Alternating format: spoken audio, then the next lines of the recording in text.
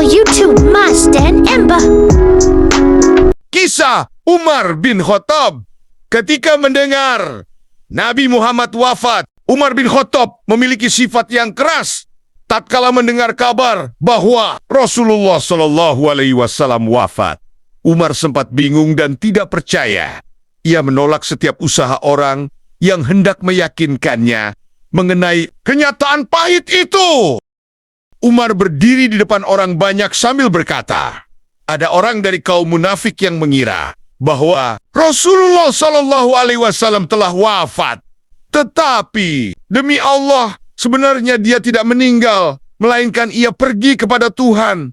Seperti Musa bin Imran.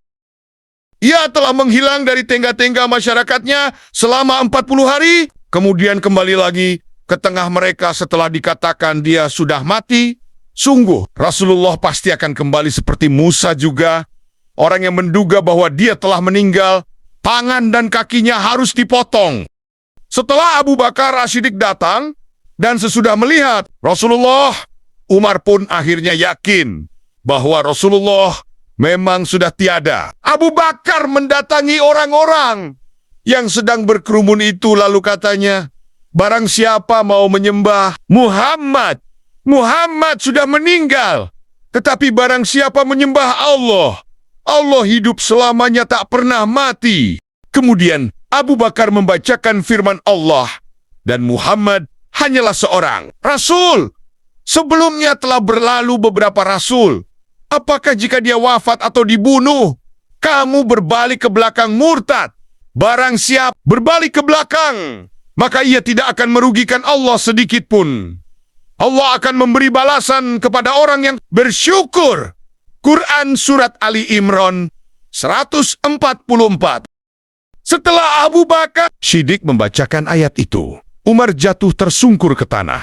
Kedua kakinya sudah tak dapat menahan lagi. Setelah ia yakin bahwa Rasulullah memang sudah wafat, seolah ia tak pernah mendengar ayat itu sebelumnya. Tak lama setelah sadar, Umar kembali pula sebagai manusia politik. Kembali ia memikirkan masa depan kaum muslimin. Sesudah peristiwa yang sungguh memilukan hati itu, ia mulai berpikir mengenai masa depan umat Islam. Sepeninggal Nabi Muhammad, situasi itu memang memerlukan pemikiran yang mendalam.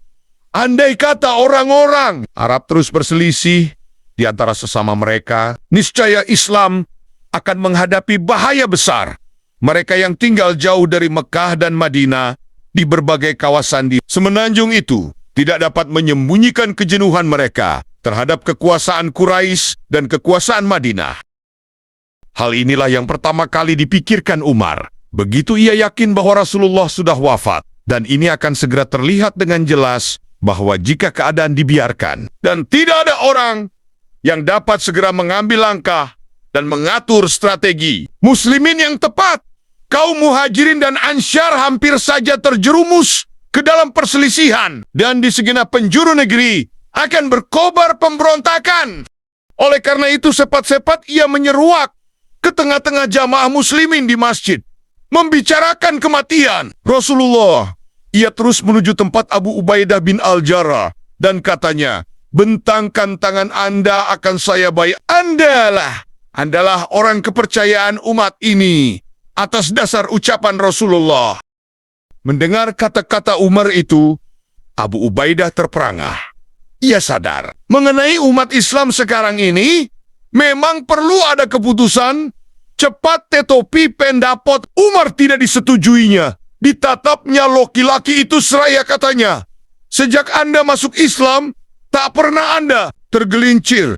Anda akan memberikan sumpah setia kepada saya. Padahal masih ada Abu Bakar, salah seorang dari dua orang.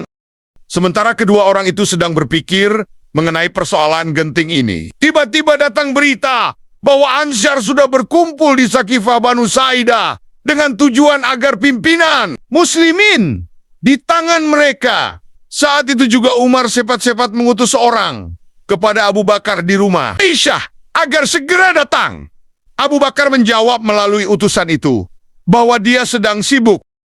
Tetapi Umar menganggap keadaan muslimin lebih penting untuk sekadar meninggalkan kesibukan itu sebentar. kendati sedang mempersiapkan jenazah Rasulullah.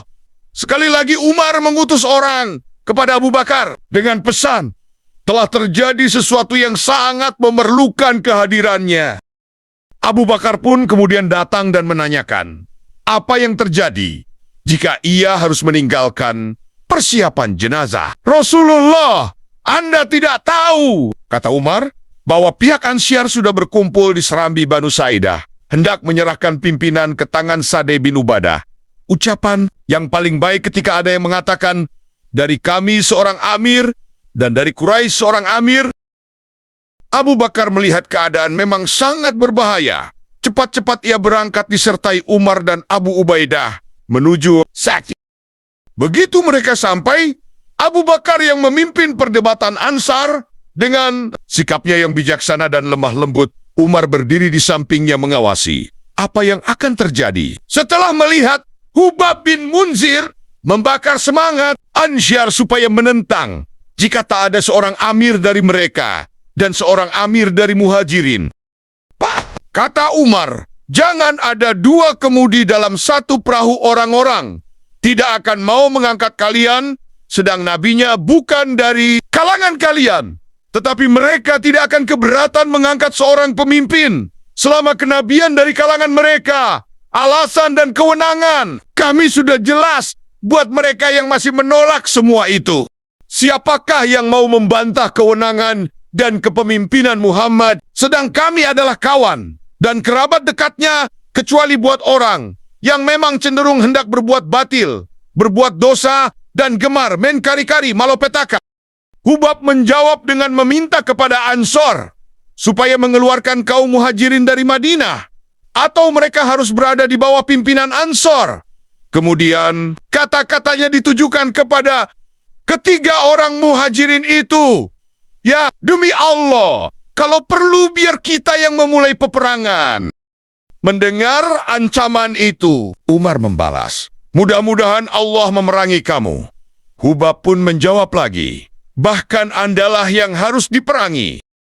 Kedua ungkapan itu telah membangkitkan kemarahan di hati mereka. Melihat situasi demikian, Abu Ubaidah bin Jarrah segera turun tangan dan berkata yang ditujukan kepada penduduk Madinah, saudara-saudara Ansyar, kalian adalah orang yang pertama memberikan bantuan dan dukungan.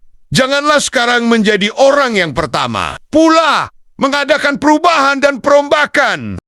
Kata-kata ini dapat meredakan kemarahan mereka. Mereka mulai berdiskusi dengan saling mengemukakan argumen. Bashir bin Sa'd, salah seorang pemimpin Khazraj, bergabung kepada pihak Muhajirin dengan demikian. Ansyar tidak lagi seia sekata. Abu Bakar memperkirakan bahwa keadaan sudah reda dan sudah saatnya mengambil keputusan. Ia mengajak orang-orang supaya bergabung dan mengingatkan jangan terpecah belah.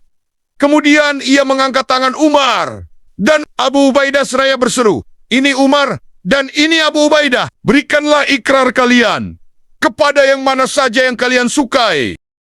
Tetapi Umar tidak akan membiarkan perselisihan menjadi perkelahian yang berkepanjangan. Dengan suaranya yang lantang menggelegar, ia berkata, Abu Bakar, bentangkan tangan Anda. Maka Abu Bakar membentangkan tangan, dan oleh Umar ia diikrarkan, seraya berkata, Abu Bakar, bukankah Nabi menyuruh Anda memimpin muslimin bersembahyang? Andalah penggantinya, khalifahnya. Kami akan membayat orang yang paling disukai oleh Rasulullah di antara kita semua ini. Menyusul, Abu Ubaidah memberikan ikrar dengan mengatakan, Andalah di kalangan muslimin yang paling mulia, dan yang kedua dari dua orang dalam gua, menggantikan Rasulullah dalam salat, sesuatu yang paling mulia dan utama dalam agama kita. Siapa lagi yang lebih pantas dari Anda untuk ditampilkan dan memegang pimpinan kita? Setelah itu, berturut-turut jemaah Sakifah membaik Abu Bakar secara aklamasi. Tak ada ketinggalan kecuali Sa'd bin Ubadah. Selesai membayat, mereka kembali ke masjid, menanti-nantikan berita dari rumah Aisyah mengenai persiapan jenazah Rasulullah. Itulah kisah Umar bin Khattab ketika mendengar Rasulullah wafat. Terima kasih sudah menonton. Semoga video ini bermanfaat. Subscribe, like, share, dan komen